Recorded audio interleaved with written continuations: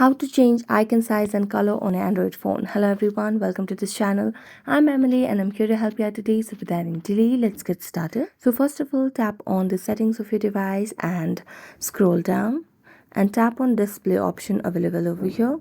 As you do that, you can see the option of color scheme over here, which is the color of your Android phone. So right now it's in the dark mode.